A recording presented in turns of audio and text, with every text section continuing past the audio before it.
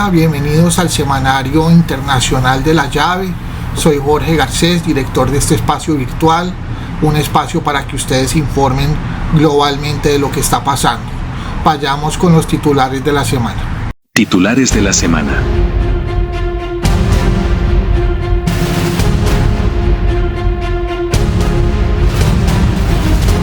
El presidente de Estados Unidos, Donald Trump, puso fin a la tregua con Irán, mientras que los enfrentamientos se intensifican en el Golfo y en el Estrecho de Hormuz. Hamas anunció la disolución de su órgano de gobierno en la Franja de Gaza, pero mantendrá su brazo armado. Estados Unidos le dará a Ucrania la licencia para fabricar interceptores de misiles Patriot. El Fondo Monetario Internacional rebajó su perspectiva de crecimiento para el 2026, debido a la incertidumbre que genera la situación en el Medio Oriente. Cuba sufre un segundo apagón en menos de una semana. El gobierno de Brasil teme que Estados Unidos realice operaciones militares en su territorio sin previo aviso o sin su consentimiento. Bienvenidos al Semanario Internacional de la Llave. Soy Vanessa Salcedo y los acompañaré en la emisión de hoy. El presidente de Estados Unidos, Donald Trump, puso fin a la tregua con Irán. Los saludo desde el Golfo Pérsico, donde 8 países tocan estas aguas azules, y puedo contarles que los enfrentamientos se están intensificando, tanto en el Golfo como en el Estrecho de Hormuz. El alto al fuego entre Estados Unidos e Irán ha terminado. Así lo aseguró el miércoles el presidente estadounidense Donald Trump, luego de los nuevos ataques cruzados entre las fuerzas de Washington y Teherán. Los precios del petróleo se dispararon de inmediato un 5% tras estas declaraciones. Por lo que me respecta, creo que se ha terminado. No quiero volver a tener nada con ellos, son escoria, son gente enferma, están dirigidos por gente enferma y son personas crueles y violentas. Estados Unidos lanzó nuevos bombardeos contra Irán en respuesta a los ataques contra barcos en el Estrecho de Hormuz, lo que desató el miércoles una oleada de represalias contra bases estadounidenses en el Golfo. Ambos bandos reportaron haber alcanzado decenas de objetivos, y Washington revocó el levantamiento de las sanciones sobre la venta de petróleo iraní. Los saludo desde Omán para la Llave. Chicas, Trump le advirtió a Irán que si no detiene sus ataques a las embarcaciones en el Estrecho de Hormuz, lo va a lamentar. Los bombardeos atribuidos a Irán contra al menos 3 embarcaciones en los últimos días desencadenaron una ofensiva estadounidense contra objetivos iraníes el martes. Teherán respondió atacando a países del Golfo aliados de Washington, y Estados Unidos lanzó nuevos ataques el miércoles por la noche contra Irán. Medios estatales iraníes afirmaron que escucharon explosiones en varios lugares a lo largo de la costa de Irán.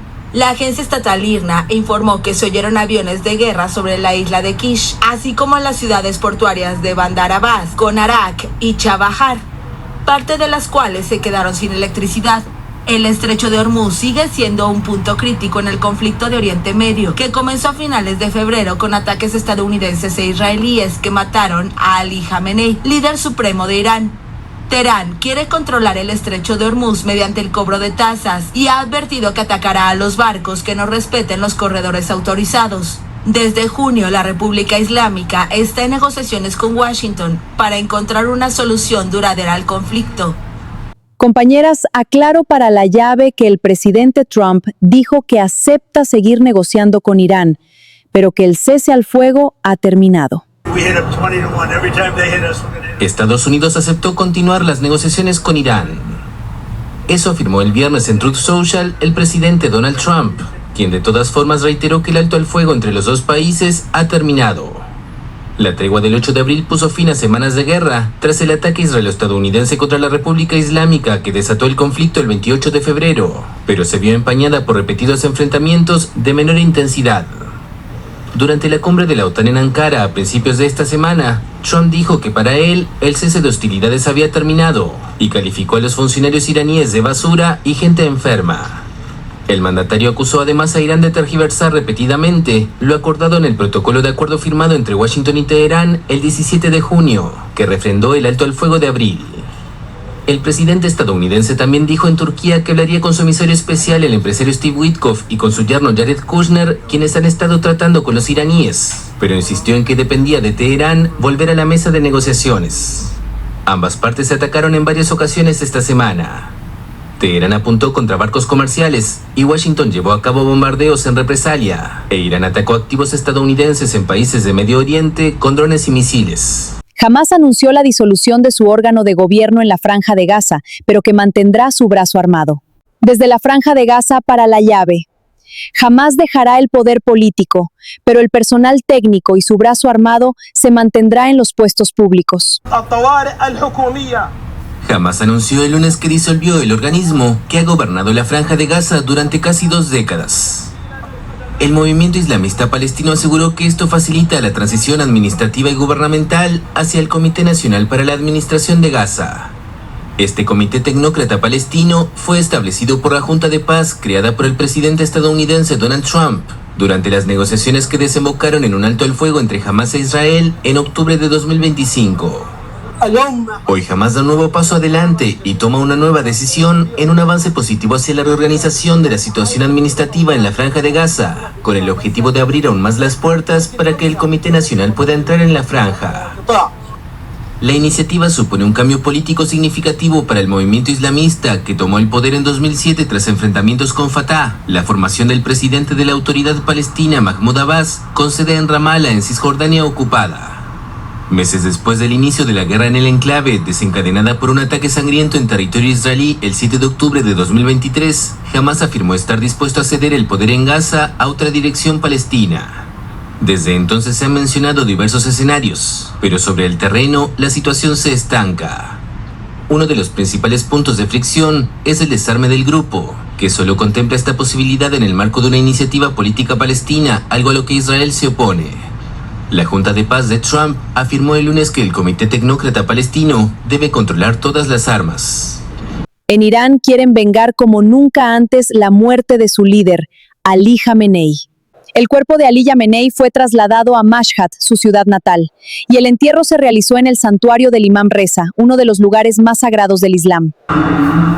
Miles de iraníes dieron el jueves el último adiós al líder supremo Ali Jamenei en su ciudad natal, Mashhad. Fue la etapa final de unas exequias presentadas por las autoridades como una demostración de fuerza y unidad nacional. El sepelio tuvo lugar tras 6 días de honras fúnebres que congregaron a millones de personas en varias ciudades de Irán e Irak. Finalmente es aquí, en el santuario del Imam Reza, el lugar más sagrado del Islam chiita en Irán, donde reposarán los restos de Jamenei, quien murió el 28 de febrero a los 86 años en un ataque conjunto de Israel y Estados Unidos. Los funerales del hombre que dirigió durante 37 años la República Islámica tuvieron lugar en un clima al rojo vivo tras la reanudación esta semana de las hostilidades entre Estados Unidos e Irán. El miércoles hubo una segunda noche de ataques cruzados entre los dos países. Y en carteles y cánticos, el jueves los iraníes prometían venganza. Jamenei fue sepultado con su nieta, su yerno, su hija y su nuera, todos muertos en los ataques del 28 de febrero. El presidente Trump estuvo muy molesto durante la cumbre de la OTAN, porque siente que sus socios no gastan en defensa ni lo ayudan en la guerra con Irán. Trump criticó duramente a los aliados, exigiendo más compromiso. El presidente de Estados Unidos, Donald Trump, repartió el miércoles ataques contra sus aliados a su llegada a la cumbre de la OTAN en Turquía. El mandatario, que consideró terminado el alto al fuego con Irán, ha criticado reiteradamente a sus socios occidentales por no secundarlo en la guerra que de la mano de Israel lanzó el 28 de febrero contra la República Islámica.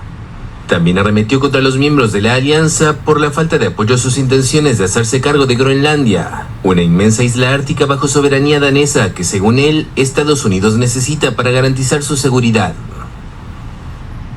Estoy muy enfadado con la OTAN. Pagamos demasiado, muchísimo más de lo que deberíamos. Miles y miles de millones de dólares de más. Es injusto porque los estamos protegiendo, pero ellos no están ahí para nosotros. No funciona. Trump criticó especialmente al gobierno español por no contribuir a los gastos de defensa de la OTAN. En la cumbre en La Haya el año pasado, España fue el único país que se desmarcó del objetivo común de elevar el gasto en defensa al 5% del Producto Interno Bruto Nacional de aquí a 2035, adoptado bajo presión de Washington. El ejecutivo del socialista Pedro Sánchez estima que con el 2% de su PIB que consagra estos gastos, cumple con sus compromisos.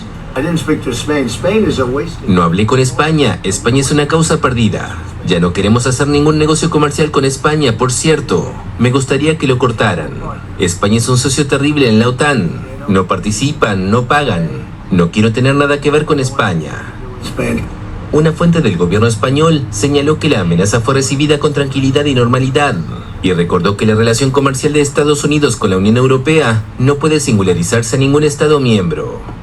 Bruselas salió en defensa de Madrid y aseguró que siempre garantizará los intereses de sus integrantes. Pese a sus críticas, Trump afirmó a sus aliados europeos que Estados Unidos tiene la intención de seguir en la OTAN durante la sesión plenaria de la cumbre de Ankara, según una fuente que participó en esa reunión. Desde Ankara, Turquía, para la llave.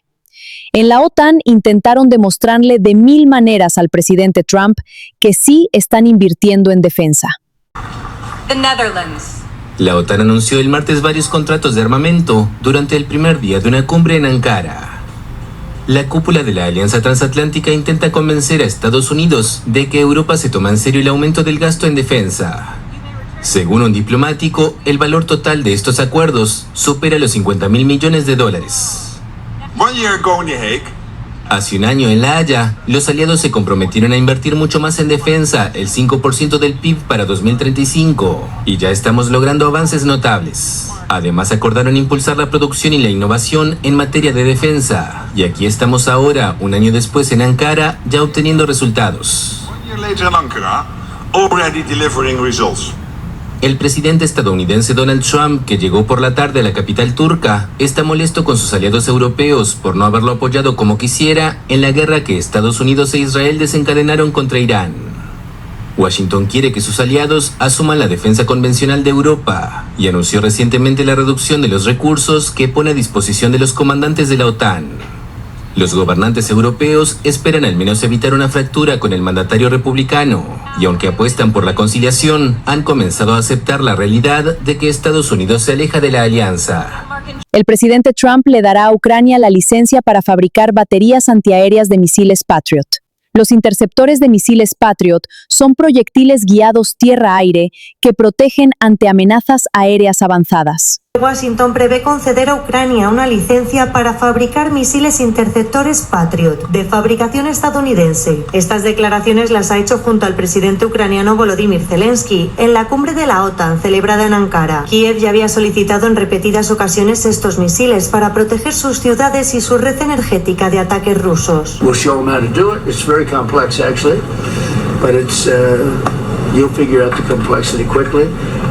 And we're talking about that, and the company that makes them, which is building now 4 plants, all of our companies will be able to do this in 2 to 3 months. If you order a Patriot, now you have to wait a long time. Trump afirmó que la producción bajo licencia en Ucrania permitirá responder a las críticas de que Washington no está proporcionando suficientes sistemas avanzados de defensa aérea. We're going to give a license to you to make Patriots. That's pretty cool, right? This way you can't complain that we're not giving them enough. I said, make them yourself. We haven't informed the company of that yet, but that'll work out all right. I'm sure they'll be thrilled. Los Patriot los fabrican en Estados Unidos Raytheon y Lockheed Martin, pero la guerra de Estados Unidos e Israel contra Irán ha agotado casi 1/3 de las reservas mundiales de misiles interceptores Patriot. El Fondo Monetario Internacional rebajó su perspectiva de crecimiento para el 2026 debido a la incertidumbre que genera la situación en el Medio Oriente. Las tensiones en el Medio Oriente elevaron los precios del petróleo, y esto frena automáticamente el crecimiento de los países que importan energía. El Fondo Monetario Internacional volvió a corregir a la baja su previsión para la economía mundial. El organismo estimó el miércoles que el crecimiento global en 2026 será del 3%, una décima menos que lo pronosticado en abril. No obstante, consideró que las pérdidas de este año deberían verse compensadas por las décimas adicionales que se ganen el año próximo. En términos acumulados para los próximos 2 años, vemos que nuestro pronóstico se mantiene en líneas generales sin cambios. Pero ¿por qué tenemos esta perspectiva ligeramente peor para este año y mejor para el próximo? Si se quiere, es como una recuperación en forma de V, solo que un poco más profunda.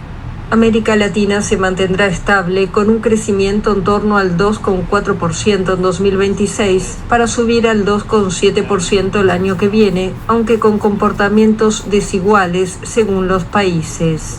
El informe prevé que el crecimiento en Brasil se mantenga resiliente en 2026 con una subida del 2,4%, aunque espera que se desacelere algo el próximo año. Para México, al que le atribuye una subida del PIB del 1,2%, proyecta que el crecimiento se acelere de forma moderada en medio de políticas internas menos restrictivas, pero advierte que la incertidumbre seguirá limitando la actividad. El FMI asegura también que la situación en Argentina, con una previsión de crecimiento de 3,5% este año, es de optimismo ante lo que considera un buen comportamiento macroeconómico. Según explicó, ese país ha iniciado un proceso de desinflación que debería continuar gradualmente, con una previsión de inflación del 25% para finales de año. China probó un misil sin carga nuclear en el Pacífico, suscitando la condena de varios países de la región. Así es. Se trató de un misil balístico de largo alcance, equipado con una ojiva simulada. El proyectil fue disparado desde un submarino nuclear hacia el Océano Pacífico. La Marina de China anunció el lunes haber efectuado una exitosa prueba de lanzamiento de un misil sin carga nuclear en el Pacífico, que suscitó la condena de varios países de la región. El lanzamiento se produjo horas después de que Australia y Fiji firmaran un importante tratado de defensa, percibido como un instrumento para que Canberra contenga la creciente influencia diplomática y económica de Pekín en la zona estratégica del Pacífico Sur. Una portavoz del Ministerio de Asuntos Exteriores chino señaló que la prueba forma parte de los ejercicios militares anuales de rutina de China y que no iba dirigida a ningún país ni objetivo en particular, sin precisar el modelo del misil balístico disparado desde el submarino. Pero las reacciones no se hicieron esperar. Taiwán consideró que con este lanzamiento el ejército chino agrava las tensiones en la región y pone en peligro la paz y la estabilidad regionales. Una preocupación compartida por el canciller de Nueva Zelanda, Winston Peters, quien lamentó que el ejercicio se hubiera realizado pocas horas después de la advertencia enviada por China. Australia, por su parte, calificó el lanzamiento de desestabilizador para la región, mientras que Japón expresó serias preocupaciones ante la intensificación de las actividades militares chinas. Tales tendencias militares de China, sumadas a su falta de transparencia, se han convertido en un asunto de seria preocupación para nuestro país y para la comunidad internacional. Rusia, en cambio, defendió el disparo, declarando que China no amenaza a nadie en el mundo. Creemos que es el derecho soberano de China a probar sus misiles y desarrollar sus capacidades militares. La prueba del lunes no es algo inédito. En septiembre de 2024, China ya había lanzado al Pacífico un misil balístico intercontinental, también sin carga nuclear, algo que llevaba más de 40 años sin hacerse en aguas internacionales. China ha reforzado su capacidad militar en las últimas décadas, en consonancia con su desarrollo económico y su peso diplomático. La líder de la extrema derecha francesa, Marine Le Pen, se presentará por cuarta vez a las elecciones presidenciales, pese a su condena por malversación de fondos. El futuro político de la líder francesa estaba en duda, porque enfrenta una pena por usar dinero del Parlamento Europeo para pagar a trabajadores de su partido. La líder de la extrema derecha francesa, Marine Le Pen, inició el miércoles la campaña electoral apenas un día después de anunciar que se presentará a las elecciones presidenciales, pese a su condena por malversación de fondos. Rodeada de simpatizantes y periodistas en la localidad de La Flèche, en el oeste de Francia, conquistada por su partido, la Agrupación Nacional, en las elecciones municipales, Le Pen restó importancia a las críticas por su candidatura. No, je ne joue pas à la montre. Je suis une citoyenne. No estoy ganando tiempo. Soy una ciudadana que ejerce sus derechos, los derechos que el Estado de Derecho, del que mis adversarios hablan tan a menudo, ofrece a todo justiciable. Y en consecuencia presento un recurso porque soy inocente de los hechos que se me reprochan y recurro al Tribunal de Casación para someterle una cuestión jurídica que es extremadamente seria. Pero le recuerdo que el Tribunal de Apelación me ha devuelto mi elegibilidad. Por lo tanto, hoy soy elegible. Elle m'a rendu mon éligibilité. Je suis donc aujourd'hui éligible. Condenada nuevamente en apelación el martes por el caso de los empleos ficticios en el Parlamento Europeo, Le Pen fue autorizada a presentarse a las elecciones, aunque anunció que recurrirá el fallo ante el Tribunal de Casación de Francia, lo que le permite evitar el uso de un dispositivo electrónico de vigilancia durante la campaña. La dirigente de 57 años se prepara para presentarse por cuarta vez a la presidencia en las elecciones del próximo año, que su partido anti-inmigración considera su mejor oportunidad hasta ahora para alcanzar el poder. Le Pen minimizó el riesgo de que el Tribunal de Casación rechace su recurso antes de los comicios y desestimó las críticas a su candidatura, centrando el debate en las propuestas políticas con las que espera conquistar el Palacio del Elíseo. El Tribunal de Casación podría pronunciarse como muy tarde a principios de abril de 2027, informó el miércoles la máxima instancia judicial francesa en un comunicado, pero precisó que este calendario puede variar en función de las circunstancias procesales, mientras que la primera vuelta de las elecciones presidenciales está prevista para el 18 de abril. Cuba sufrió un segundo apagón generalizado en menos de una semana. Los apagones en Cuba se deben a la baja disponibilidad de combustible y a las 7 centrales térmicas que tienen más de 40 años de uso y que se encuentran completamente obsoletas. Cuba sufrió el viernes otro apagón generalizado, el segundo en los últimos 5 días en la isla, sumida en una grave crisis energética agudizada por el bloqueo petrolero de Estados Unidos. No viene al trabajo, no tiene luz, no puede hacer nada. Se trata del cuarto apagón generalizado en menos de 6 meses y el noveno desde finales de 2024. El más reciente ocurrió el lunes por una fluctuación de voltaje combinada con una baja producción de electricidad. La estatal Unión Eléctrica de Cuba no logró restablecer totalmente el sistema hasta el miércoles. Sus directivos explicaron entonces que la baja disponibilidad de combustible, debido al bloqueo petrolero que Washington impone a la isla desde enero, complicó el proceso de reactivación del sistema tras la desconexión. El presidente cubano Miguel Díaz-Canel atribuyó el lunes la situación a una política de sanciones de Estados Unidos contra la isla y acusó a Washington de buscar provocar un estallido social por asfixia. Además, calificó de genocida el bloqueo energético estadounidense. La central termoeléctrica Antonio Guiteras, ubicada en el occidente de Cuba, permanece fuera de servicio por reparaciones. Desde comienzos de año ha sido paralizada en más de 15 ocasiones debido a fallas sucesivas. Esta situación ha provocado apagones continuos que ya superan las 30 horas consecutivas en La Habana y se prolongan durante varios días en algunas provincias, pese al amplio programa de construcción de parques solares iniciado hace 2 años. El gobierno de Brasil teme que Estados Unidos realice operaciones militares en su territorio sin su consentimiento o previo aviso. Desde Río de Janeiro para La Llave, el gobierno de Brasil considera que Estados Unidos podría violar su soberanía y realizar acciones contra grupos terroristas sin su permiso.